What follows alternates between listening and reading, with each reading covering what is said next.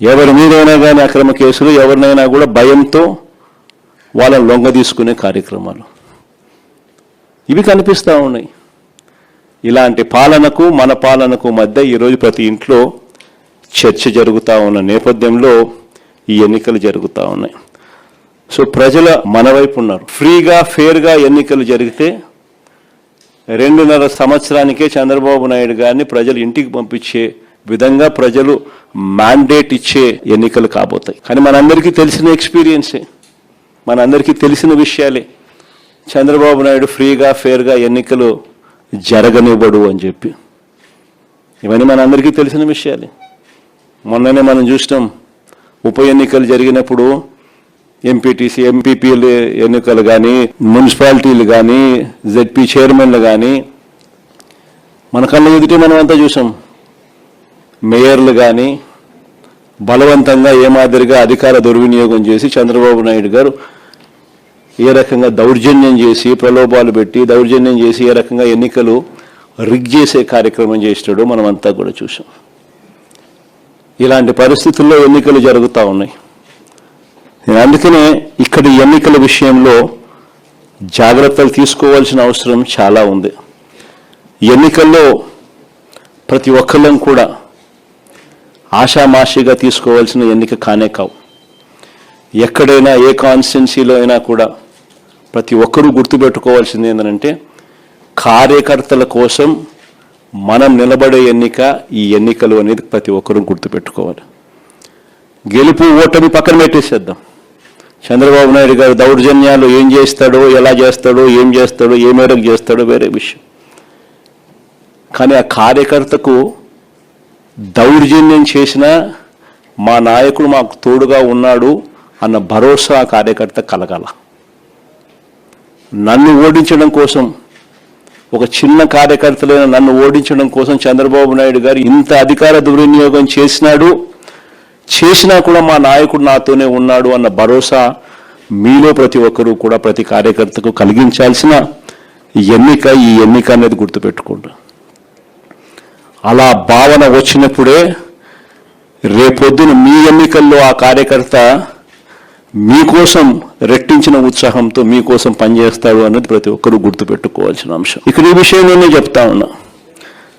చంద్రబాబు నాయుడు గారు direct elections కూడా పెట్టడానికి కూడా అనౌన్స్మెంట్స్ చేస్తూ ఉన్నాడు. ఒక రకంగా అది మనకు మంచిది, నిజంగా డైరెక్ట్ ఎలక్షన్ జరగడం అన్నది కూడా. ఎందుకంటే కనీసం ఓ బలమైన అభ్యర్థి ఆ డైరెక్ట్ ఎలక్షన్స్లో పోటీలో గట్టిగా నిలబడితే ఆ మున్సిపాలిటీకి చైర్మన్ గానో, లేకపోతే ఆ మండలానికి ఎంపీపీగానో, లేకపోతే జెడ్పీ చైర్మన్గా అయినా కానీ, లేకపోతే మేయర్గా అయినా కానీ, ఇంకొకటైనా ఎక్కడైనా కూడా ఒక బలమైన అభ్యర్థి అక్కడ పోటీలో నిలబడితే కనీసం మిగిలిన స్థానాలకు ఆ బలమైన వ్యక్తి సూపర్విజన్ ఉంటుంది, మానిటరింగ్ ఉంటుంది అన్నది మనకు కలిసి వచ్చిన అంశం. బలమైన అభ్యర్థులు అక్కడ పోటీలో ఖచ్చితంగా మనం కూడా నిలబెట్టాలి. మున్సిపాలిటీలకు కానీ డైరెక్ట్ ఎలక్షన్స్ కాబట్టి ఆ మండలానికి కానీ బలమైన క్యాండిడేట్ను మనం తీసుకొని వచ్చి పెట్టాలి. ఆ బలమైన క్యాండిడేట్ మిగిలిన వాళ్ళందరికీ, ఆ మండలం పరిధిలో అయితే మిగిలిన ఎంపీటీసీలకు అయితేనేమి, లేదా మున్సిపాలిటీ పరిధిలో అయితే మిగిలిన కార్పొరేటర్లకు అయితేనేమి, వీళ్ళందరికీ కూడా ఆ మనిషి బలాన్ని ఇవ్వాలి. ఆ మనిషి సూపర్విజన్ చేయాలి. ఆ మనిషి సూపర్విజను, ఆ మనిషి బలాన్ని రెండింటినీ కూడా కార్యకర్తలకు ఇవ్వగలిగితే ఒక బలమైన క్యాండిడేట్ గెలుచుకొని వస్తాడు అనేది గుర్తుపెట్టుకోవాల్సిన అంశం. ఈ ఎన్నికల్లో మనం గెలిపించుకునేది మన కార్యకర్తలను. ఈ ఎన్నికలు జరగాల్సింది ఆ కార్యకర్తలకు భరోసా ఇచ్చే విధంగా జరగాలి. ప్రజల వాయిస్ వినిపించే విధంగా ప్రజలకు మనం తోడుగా నిలబడగలగాలి. అది ఖచ్చితంగా గుర్తుపెట్టుకోవాల్సిన అంశం. ఎక్కడైనా కూడా మీ నియోజకవర్గాలలో ఎక్కడైనా కూడా ఏకగ్రీవంగా ఎక్కడైనా ఎన్నిక జరిగితే మాత్రం నన్ను అడగాల్సిన పనుల క్యాండిడేట్ ఆ తర్వాత ఎన్నికల్లో పోటీ చేయడం మీరే గుర్తుపెట్టుకోండి. ఎక్కడైనా పోటీ జరగకోకుండా ఏకగ్రీవంగా ఇడిచిపెట్టినారంటే మాత్రం ఆ తర్వాత క్యాండిడేట్ ఎమ్మెల్యే ఎలక్షన్లో క్యాండిడేట్ కాడు అనేది గుర్తుపెట్టుకోండి. అంత ప్రస్ఫుటంగా, అంత క్రిస్టల్ క్లియర్గా చెప్తా ఉన్నా. ప్రతి చోట పోటీ జరగాల. ఎన్నికలు అయిపోయిన తర్వాత కూడా నేను రిపోర్ట్లు తెప్పించుకుంటాం. మీ ఎమ్మెల్యే క్యాండిడేట్ ప్రతి చోట పోటీకి నిలబెట్టాడా, క్యాండిడేట్ నిలబెట్టలేదా అనేది పోటీ రిపోర్ట్లు తెప్పించుకుంటాం.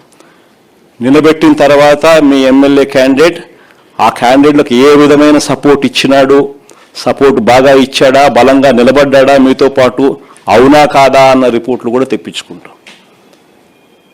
ఖచ్చితంగా ఆ మేరకు పాజిటివిటీ మీ దగ్గర నుంచి రావాలి.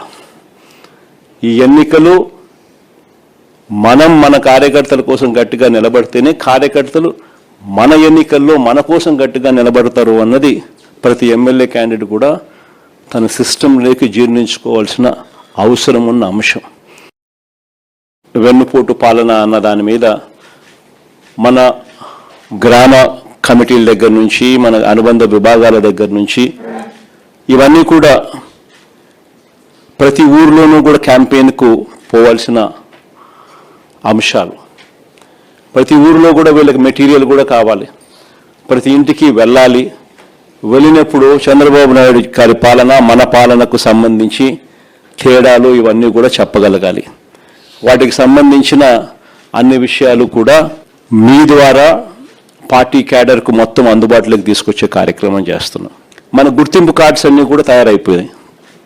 దాదాపుగా 14-15 లక్షల గుర్తింపు కార్డులన్నీ కూడా మన క్యాడర్కి అంతా గ్రామ స్థాయి వరకు మనం ఏదైతే అనుబంధ విభాగాలు తీసుకుని పోయే కార్డులన్నీ కూడా తయారైపోయాయి.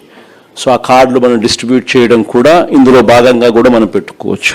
మన ప్రోగ్రాంలలో జిల్లా స్థాయి, నియోజకవర్గ స్థాయి, మండల స్థాయి 3 స్థాయిలలో మనం మీటింగ్లు ఆర్గనైజ్ చేసి ఆ 3 స్థాయిలలో మనం కార్డ్స్ డిస్ట్రిబ్యూషన్ మన కార్యకర్తలకు ఇవ్వడమే కాకుండా ఈ కంటెంట్ కూడా జిల్లా స్థాయి, నియోజకవర్గ స్థాయి, ఆయా మండల స్థాయి, ఆయా మీటింగ్లలో ఒకవైపున కార్డులు మన క్యాడర్కు డిస్ట్రిబ్యూట్ చేయడం, రెండోది మెటీరియల్ కూడా ఆ క్యాడర్కు మనం డిస్ట్రిబ్యూట్ చేయడం, ఇవన్నీ కూడా కంప్లీట్ చేసుకోవచ్చు.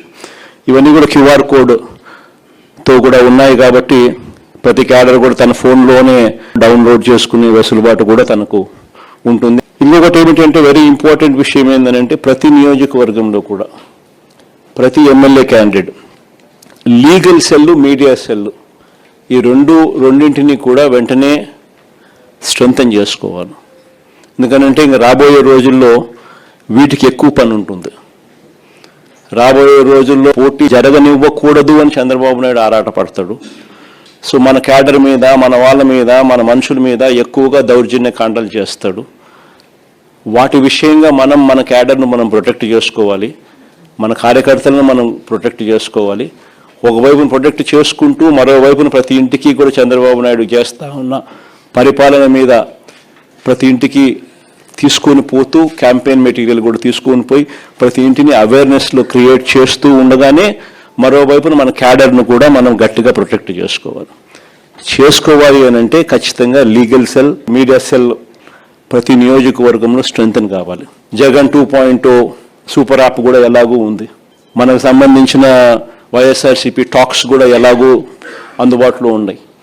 సో వీటి ద్వారా మనం ప్రజలకు మెసేజ్ పంపించాల్సినవి, మనం మెసేజ్ పంపించాల్సినవి కూడా సోషల్ మీడియా ఆధ్వర్యంలో మనం పంపించాల్సిన కార్యక్రమాలు మనం చేయాలి. మీ నియోజకవర్గాలలో సోషల్ మీడియాకు సంబంధించి అత్యంత ప్రాధాన్యత మీరు ఇవ్వాల్సిన అవసరం కూడా ఉంది. యూట్యూబ్ ప్లాట్ఫామ్స్ అయితేనేమి, ఇన్స్టాగ్రామ్ ప్లాట్ఫామ్స్ అయితేనేమి, ట్విట్టర్ ప్లాట్ఫామ్స్ అయితేనేమి, ఈ ప్లాట్ఫామ్స్ మీదకి మన క్యాడర్ను మొత్తం తీసుకొని ఆ ప్లాట్ఫామ్స్ మీదకి తీసుకొని పోవాలి. వాళ్ళందరికీ కూడా ఆ ప్లాట్ఫామ్స్లో ఎలా అకౌంట్స్ ఓపెన్ చేయాలి, ఎలా యాక్టివేట్ చేయాలి, ఎలా నడిపించాలి అనేది కూడా మీరే శిక్షణ ఇవ్వాలి. వాటికి సంబంధించిన కూడా కార్యక్రమాలు కూడా జరగాలి. ఎందుకంటే మనం నెగిటివ్ మీడియాతో యుద్ధం చేస్తా ఉన్నాం. ఒక ఈనాడు, ఆంధ్రజ్యోతి, TV5 ఇలాంటి దిగజారిపోయి ఉన్న వ్యవస్థలతో యుద్ధం చేస్తూ ఉన్నాం. మన క్యాడర్కు ఇటువైపున నాణ్యానికి ఇటువైపున ఏం జరుగుతూ ఉంది అనే స్టోరీ తెలియాలి అని అంటే ఇటువంటి ప్లాట్ఫామ్స్ నుంచి మనకు న్యూస్ కంటెంట్ మన వాళ్ళకి అందరికీ కూడా అందాలి. సో అవన్నీ కూడా జాగ్రత్తలు తీసుకోవాలి. మరోవైపున నియోజకవర్గంలోని సోషల్ మీడియా ఇన్ఫ్లుయెన్సర్స్ అందరితో కూడా మీరు మాట్లాడాలి. అందరినీ మీరు పోయి కలవాలి. కలిసి వాళ్ళందరినీ కూడా రిక్వెస్ట్ చేయాలి. మీ అందరితో పాటు మీకు సపోర్ట్గా వాళ్ళు నిలబడేందుకు వాళ్ళందరూ కూడా ముందుకు రావాలని అడగాలి, రిక్వెస్ట్ చేయాలి. నియోజకవర్గ స్థాయిలో ఉన్న లాయర్లను, మంచి లాయర్లను మనం ఖచ్చితంగా ఒక ప్లాట్ఫామ్ మీదకి తీసుకొని వచ్చి మన కార్యకర్తలకు అందుబాటులో ఉండే విధంగా వాళ్ళందరినీ నిలబెట్టాలి. వాళ్ళందరూ ఆటోమేటిక్లీ జిల్లాలో ఉన్న మన లీగల్ సెల్తోనూ రాష్ట్ర స్థాయిలో ఉన్న మన లీగల్ సెల్తోనూ అనుసంధానం కావాలి.